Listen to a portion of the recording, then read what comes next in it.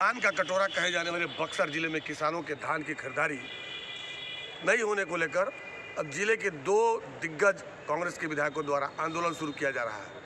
आज के अपने प्रेस कॉन्फ्रेंस में सदर और राजपुर के विधायक संजय कुमार तिवारी और विश्वनाथ राम ने कहा कि अब जिला प्रशासन को हम लोगों ने सूची सौंपी है और यह सूची मांगी जा रही है कि कहां कहां पर किन किन किसानों की धान की खरीदारी पैक्सों द्वारा और सहकारिता विभाग द्वारा किया गया है। अगर सूची नहीं मिलती है तो कल जिला कांग्रेस कमेटी के तत्वाधान में दोनों विधायक समराले का मार्च करेंगे और जिलाधिकारी को ज्ञापन देंगे। इसके बावजूद भी कार्रवाई नहीं होती है और किसानों की समर्थन मूल्य पर धान खरीदारी नहीं हो रही है। बिचौलियों के माध्यम से आज भी किसान अगर धान बेचने को विवश और लाचार है तो समराले का भी घेराव किया जाएगा। ऐसे में देखना यह दिलचस्प होगा कि जिला प्रशासन किसानों को कैसे संतुष्ट कर पाते हैं और किसानों के लिए आंदोलन करने वाले जो दोनों विधायक हैं इस पूरे मामले पर क्या रुख अख्तियार कर पाते हैं ये तो आने वाला समय बताएगा। लेकिन जिले में धान की खरीदारी धीमी गति से होने, किसानों को समर्थन मूल्य नहीं मिलने के कारण काफ़ी किसानों में आक्रोश देखा जा रहा है। टॉप न्यूज़ के लिए समराले से डॉक्टर शशांक शेखर। आज देश में कोविड-19 का बाजार गर्म है। इस बीच में भारत सरकार के द्वारा 3 कृषि बिल जो काले कानून के रूप में किसानों पर जबरन थोपने का काम किया गया और पूरे देश के किसान मर्माहत हैं। हम कांग्रेस पार्टी के लोग इस बिल के विरोध में हैं और भारत की तमाम पार्टियां भी इस कार्यक्रम के विरोध में है। मैं ये बता देना चाहता हूं कि जो 3 काले कानून भारत सरकार के द्वारा प्रेषित किए गए हैं, पहला कानून आवश्यक वस्तु भंडारण का जो सिस्टम था वो 1955 में ही रद्द कर दिया गया। पुनः उस नियम को आज पुनः स्थापित करने का काम किया गया ताकि पूंजीपतियों का गोदाम भरा रहे, वो पूंजीपति और बड़े पूंजीपति बन जाए, किसान और बेबस बेचारा और लाचार हो जाए। दूसरा कानून बनाया गया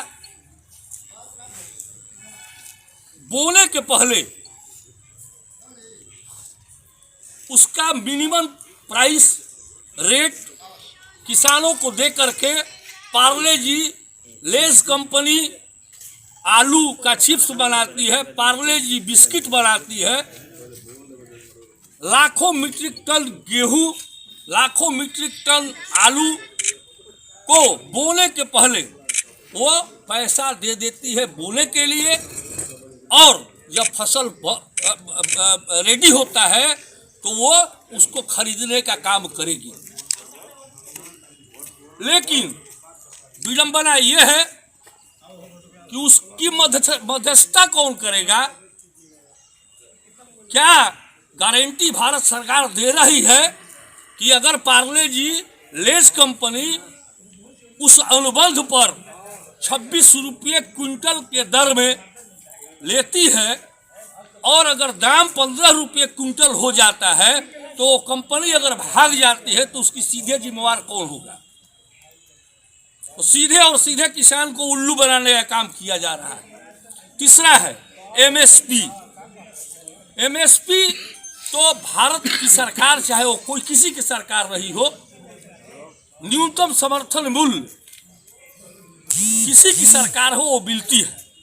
लेकिन इस सरकार में हमारे किसान औने पौने दामों पर चाहे वो अड़हतिया के माध्यम से, बिचौलिया के माध्यम से, जहाँ 17-18 रुपये धान का मूल्य तय किया जाता है, आज 1200 रुपये क्विंटल भी किसानों का लिवाल नहीं है धान का।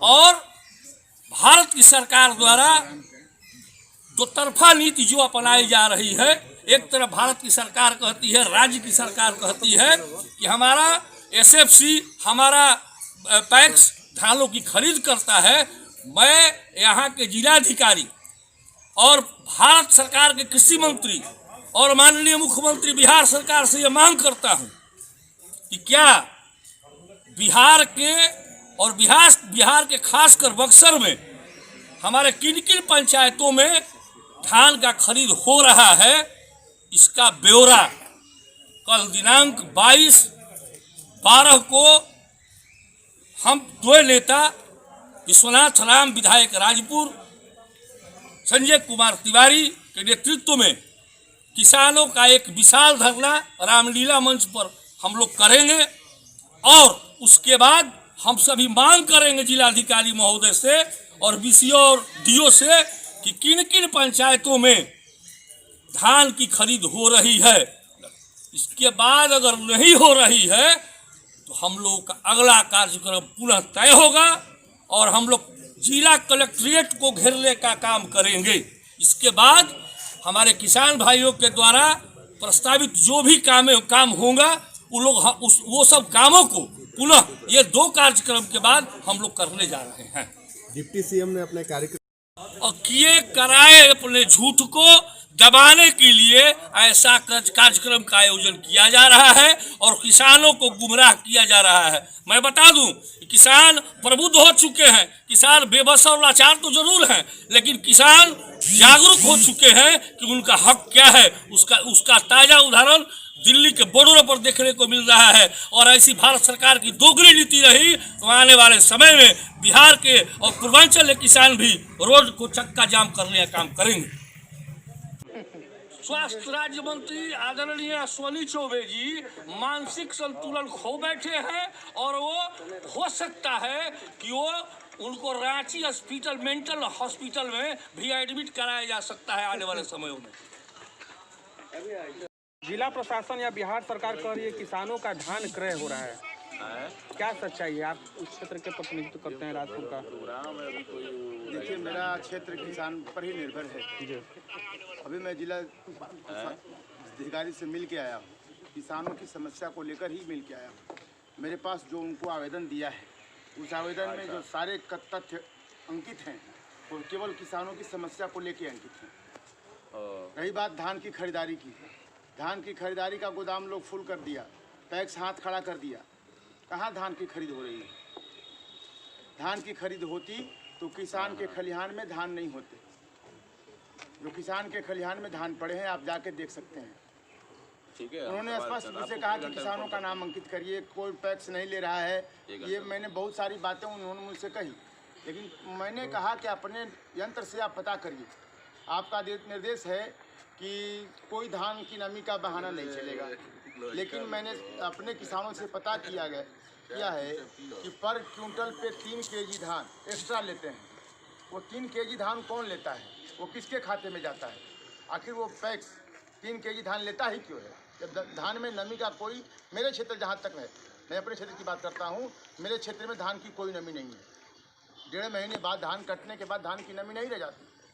और आज धान खरीद 1 महीने धान आपने खरीदना चालू किया और आप कहते हैं कि धान की नमी आज भी है। ये केवल जुमलाबादी है जो बिहार सरकार अपने ही बयानों पर अडिग नहीं है, अपना ही प्रचार वो करने में परेशान है। भारत सरकार की जो काला कानून 3 कानून लाया गया है, हम लोग उसके विरोध में जो कल धरना है, माननीय हमारे सदर के विधायक महमूना तिवारी जी ने कहा, हम उनकी बातों से सहमत हैं। लेकिन जानने का विषय ये उठता है कि आखिर भारतीय जनता पार्टी और एनडीए गठबंधन के लोग कर क्या रहे हैं। आते हैं हर जिलों में, हमारे जिला की कहानी आप लोगों से छिपी नहीं। जो घटना दुर्घटना हुई, विक्षिप्त मानसिकता के लोग राजनीति किसे आप उल्लू बनाना चाहते हैं। किसान के नाम पर कार्यकर्ता भी नहीं थे। किसान की बात तो छोड़िए, किसान सम्मेलन करते हैं और किसान वहाँ अदालत है, तो किसान इन लोगों के साथ नहीं। ये जुमलेवादों के साथ, जो जुमलेबाजी करते हैं, उनके साथ किसान तो समस्या लेके जाएंगे नहीं, इसलिए किसान की सुनते नहीं। और किसान को समस्या को लेकर बार बार सभी मंत्री हों, बड़े नेता हों, भारतीय जनता पार्टी के और एनडीए के सभी लोग जाके किसानों को एक संदेश देना चाहते हैं कि हम जो कर रहे हैं वो सही है। लेकिन किसान भी सजग है, किसान भी जानती है, उनके रवैये से सहमत नहीं है। और आने वाले समय में हम कांग्रेस पार्टी के लोग आने वाले समय में उनको चैन से नहीं बैठने देंगे, उनको ईंट से ईंट बजाने का काम करेंगे। आज मैंने स्पष्ट डीएम से कहा है कि मैं लिखित पत्र दिया है, मैंने मौखिक नहीं कहा, लिखित मैंने दिया है कि यदि आप धान की खरीद ईमानदारी पूर्वक नहीं कराते हैं, अपने तंत्र से आप जांच करिए। जो पैक्स कहता है उसकी ना सुनिए, जो बीसीओ कहता है, जो बीडीओ कहता है उसकी ना सुनिए, जिला सहकारिता पदाधिकारी कहता है उसकी मत सुनिए। अपने तंत्र से आप पता करिए ये धान का किसान खलिहान में है कि नहीं। यदि है तो उसको ईमानदारी पूर्वक धान खरीदने का काम करें। नहीं खरीदिएगा तो हम राजपुर चक्का जाम करेंगे, ये मेरा तय है, एजेंडा है।